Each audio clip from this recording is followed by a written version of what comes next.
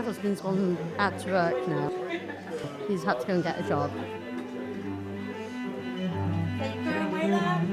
So it'll all be flats along here soon. And what will happen to the community? That's it. There won't be a community because they'll all have to go into town for a drink because there is no pub. This is the only last standing pub around this area. So just wish more people would come and support it. The hospitality sector entered a storm in 2020 following multiple public lockdowns. And while things looked hopeful as pubs emerged from the pandemic, new challenges proved tough times show no signs of abating. Pubs have been the centre of the local community in villages and towns for generations, but changing living and drinking habits have hemorrhaged numbers. Over the past 5 years, over 2,000 pubs have closed, the equivalent of nearly 8 a week. Rachel Reeves's announcement of new employment costs and increase in business rates have left the industry feeling helpless. So what's going on and what should be done? Well, thank you for having me. So you're on a mission at the moment. You're canvassing almost around pubs. You're drinking at every pub in your constituency. Can you tell me why? It's a hard job, is why. But look, what's the getting to know people, doing the normal constituency thing, being present, that's a really big part of it. I do really like a pint. This is one of my pleasures in life. But the other side of it is there is a serious political point, which is there are fewer pubs. That means more loneliness. And that loneliness is a lot of the anger we're seeing around us. And so drawing attention to that is quite good, and also should be something incorporated into policy, which is where I think we're getting to. And I get to go have a pint in every part of my constituency, and it's really nice. This all began really during the energy price hikes. This was before Labour was in government. People started using pubs as a community space, as a warm hub. Is that something that you're seeing around your constituency still going on? I think you are seeing that people are transitioning in the sense of using the space, because also we are drinking less, younger generations are drinking less. It's also one of the few social spaces that is still around, so it gets more difficult. But even before COVID, we were seeing quite a big decline in pubs, about 20% between 2010 and 2021. And so those social spaces are being lost. So to your point about do we have pubs being used for other activities? Yes, but when they're closing down, they can't be used for that at all.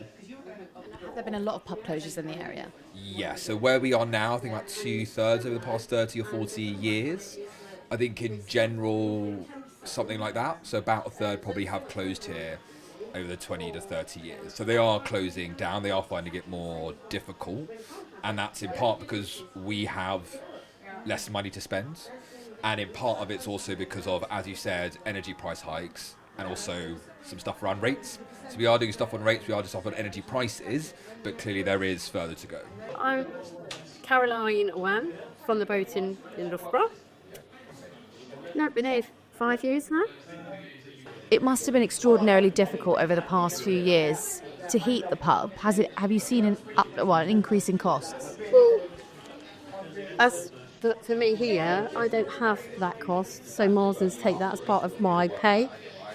So my percentage plus the house that's upstairs incurs the cost of the heating, the water and things like that. So I've not potentially seen a rise in that way, but I've noticed the rise in the spirits, the alcohol, that's all gone right through the roof, and people are not coming in as much.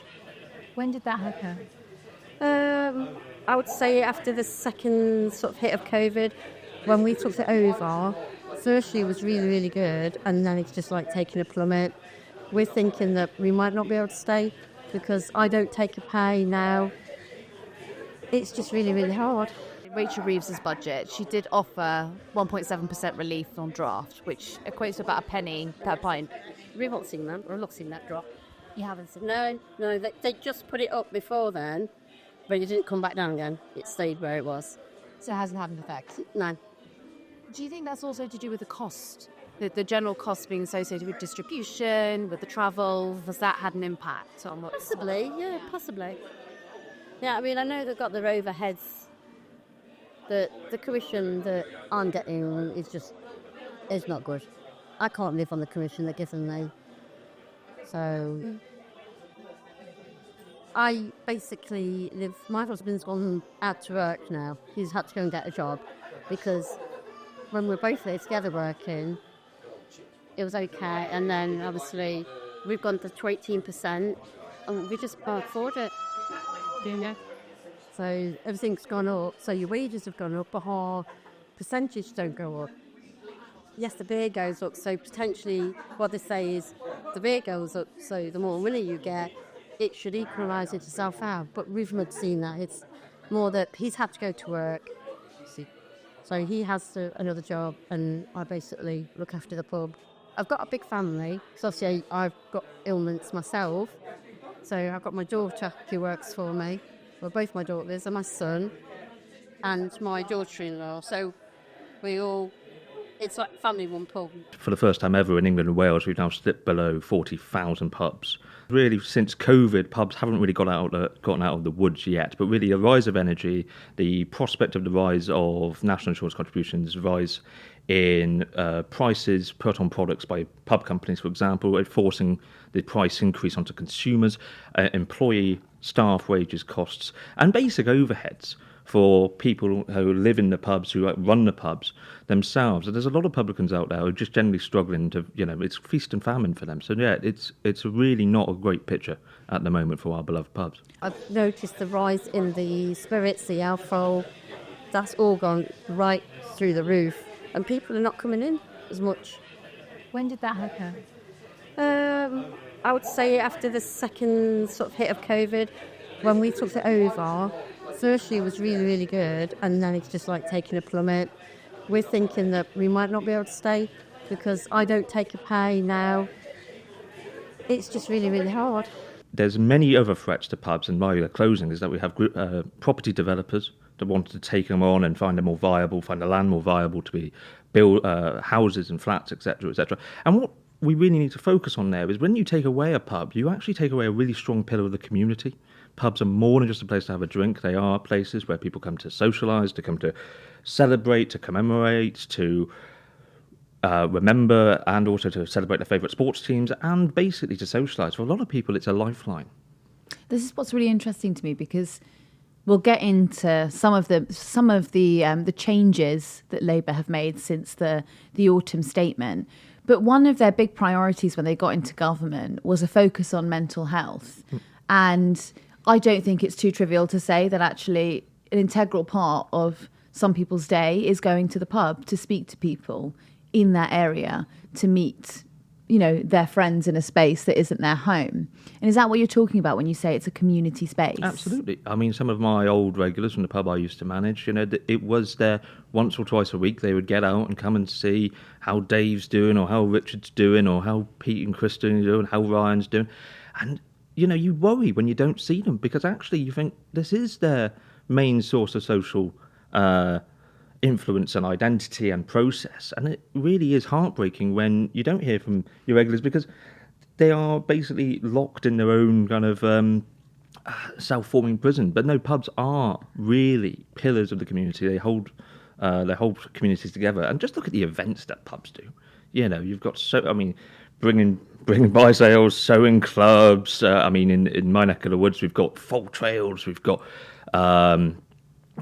bring your own food kind of club, chili nights, stuff like that. So you've got really interested and really passionate people who want to see pubs survive, but are unfortunately facing tough challenges themselves. Part of the reason we're seeing such a rise in loneliness is because there are less of these social spaces. It's less easy to do so.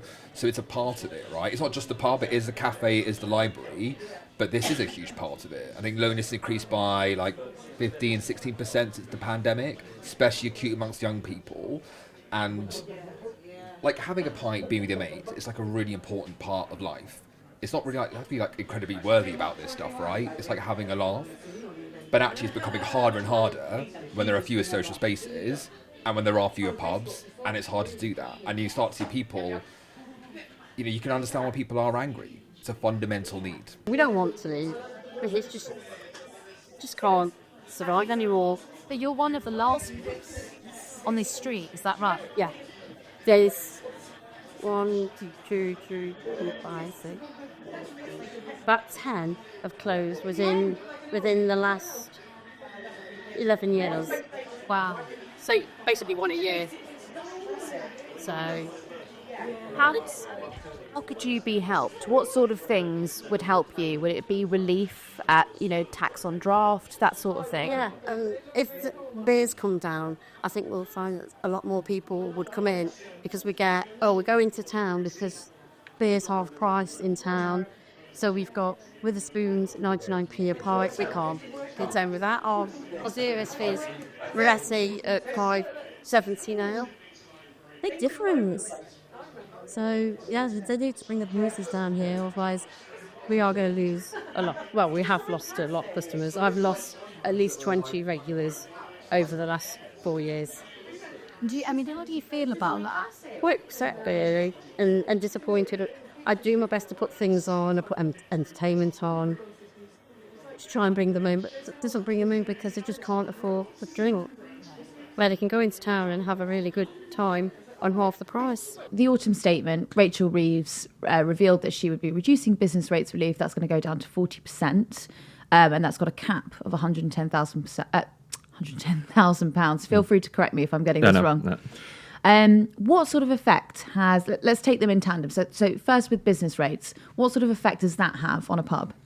Well, business rates relief for small businesses and small pubs are a lifeline, crucial. You can't really justify not having it because there's so many other costs, piling up, and it's mainly tax. It's like VAT bills.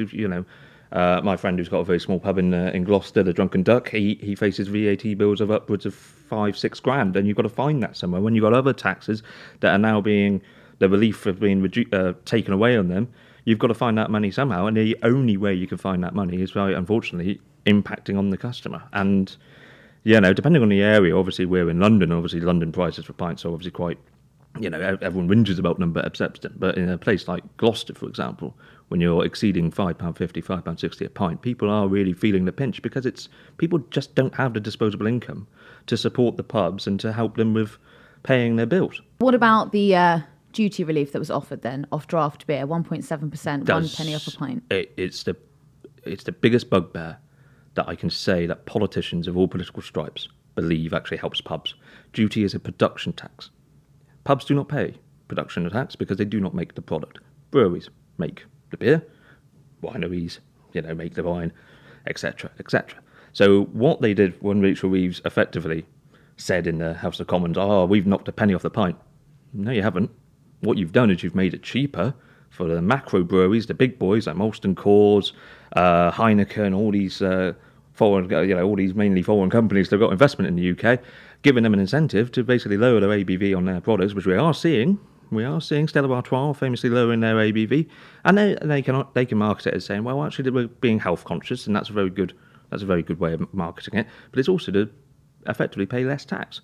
Pubs do not pay duty. They've never paid duty. And if any Labour politician is listening to this, please understand, we don't pay duty. So it's a falsehood then? It's a falsehood, absolutely. Okay. And it's a complete travesty that they go to the British public and say, we've made your pint cheaper. You haven't.